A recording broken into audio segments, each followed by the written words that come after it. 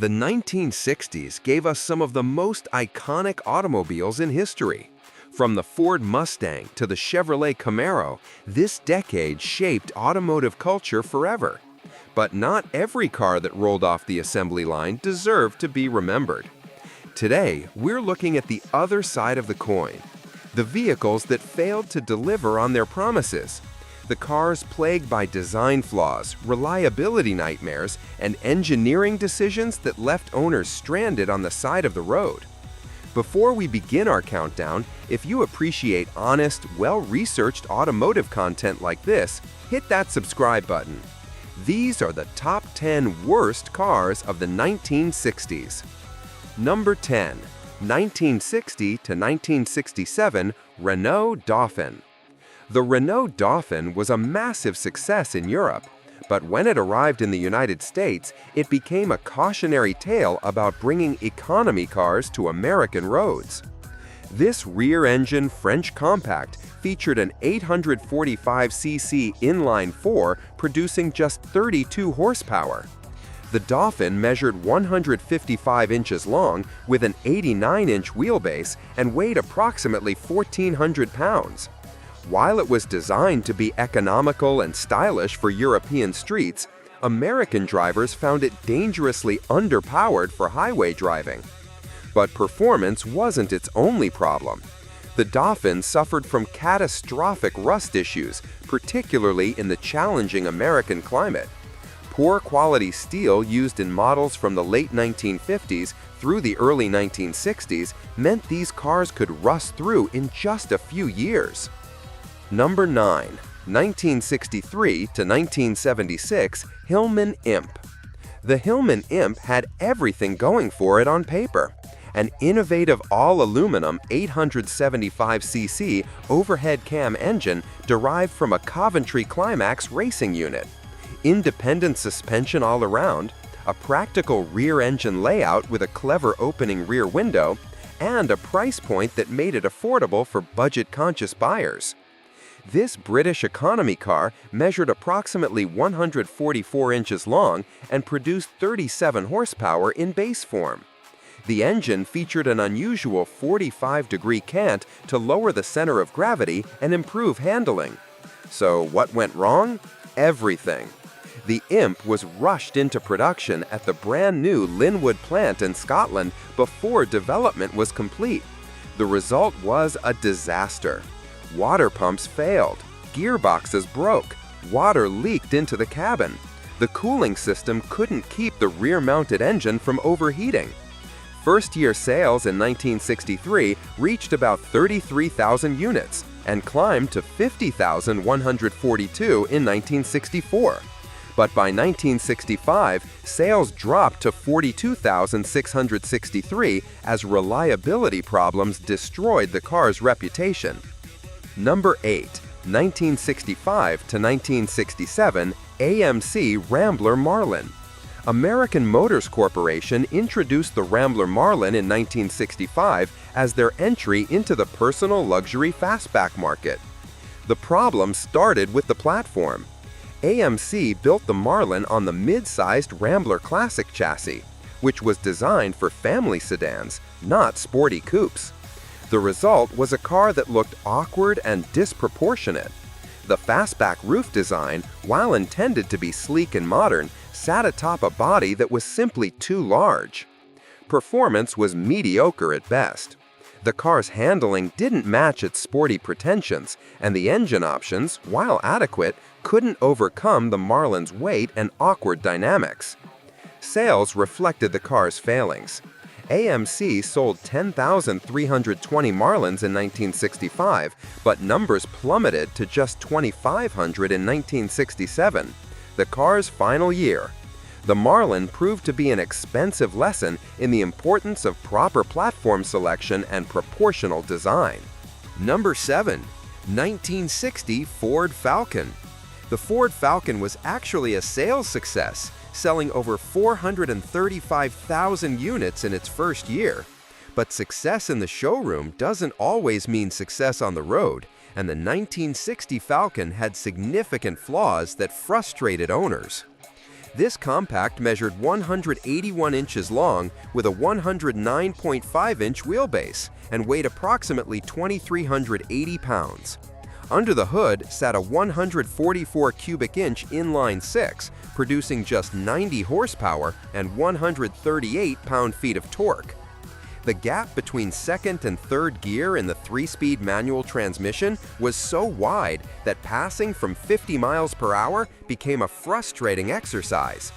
In second gear, the engine was out of breath. In third gear, at that speed, it had no torque whatsoever. The steering required 4.6 turns lock to lock, making it slow and ponderous. The ride was firm and shook badly on rough surfaces. The interior materials were cheap and utilitarian, even by 1960s economy car standards. Number 6. 1960 Plymouth Fury. The 1960 Plymouth Fury represented a stark departure from the previous generation, and not in a good way. Chrysler's designers created a car that prioritized radical styling over practical considerations, resulting in a vehicle that frustrated owners daily. The Fury featured dramatic overhangs that extended from the front, around the sides, and to the rear of the vehicle. While these were intended to look futuristic and stylish, they created significant problems. Visibility was compromised, and judging the car's extremities while parking became a challenge. Plymouth's designers also incorporated a severely sloped roofline to achieve a sleek profile. Unfortunately, this styling choice drastically reduced rear seat headroom, making the back of the car uncomfortable for adult passengers. The only exception was the convertible model, which naturally had no roof to restrict headroom. Number 5. 1967 Maserati Mistral. The 1967 Maserati Mistral represented Italian automotive design at its most beautiful and most frustrating. This grand tourer featured stunning bodywork by Pietro Frua and impressive performance from its straight-six engine, but mechanical and electrical reliability were virtually non-existent. The Mistral stretched approximately 177 inches long and featured Maserati's legendary 4.0-liter inline-six engine, producing around 255 horsepower.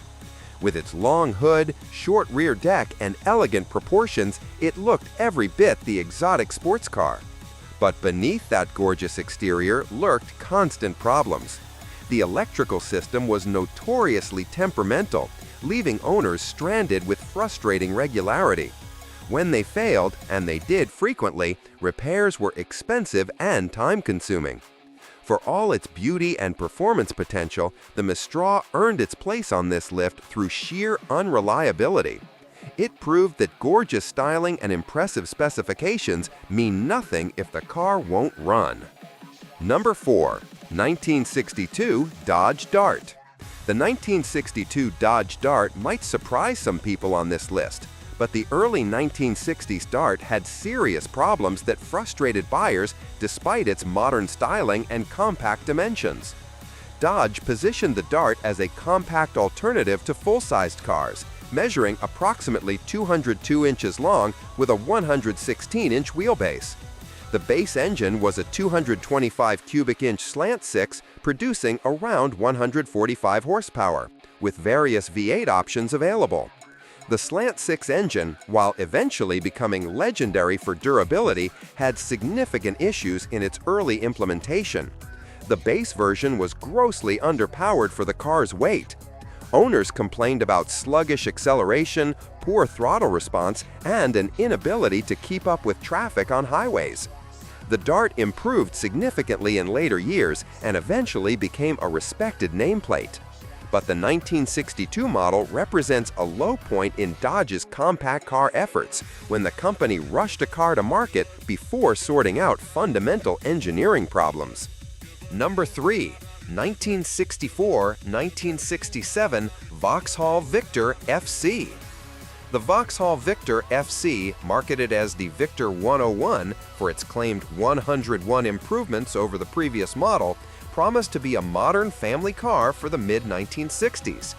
Instead, it became infamous for one of the automotive industry's worst rust problems of the decade. This British family car measured approximately 172 inches long with a 100-inch wheelbase. The base engine was a 1.6-liter inline-4 producing 66 horsepower, with optional 4-speed manual or 2-speed power glide automatic transmissions available. Build quality compounded the rust issues. The gearbox was notoriously noisy, producing a distinctive whine in all gears that worsened with age.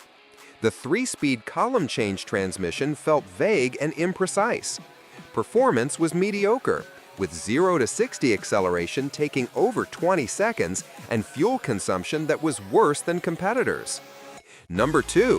1960 to 1963 Chevrolet Corvair.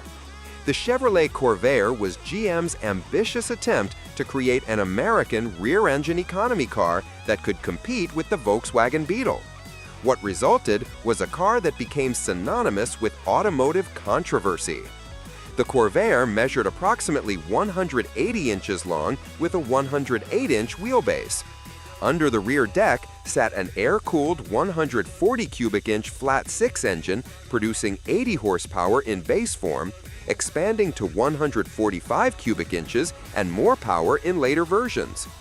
The heating system, which used a gasoline burner in early models, could consume up to a quart of fuel per hour and posed a fire risk. Compounding the handling problems was the requirement for different tire pressures front and rear, 15 pounds per square inch in front and 26 psi in the rear. This was completely foreign to American drivers accustomed to equal pressures all around. Number 1.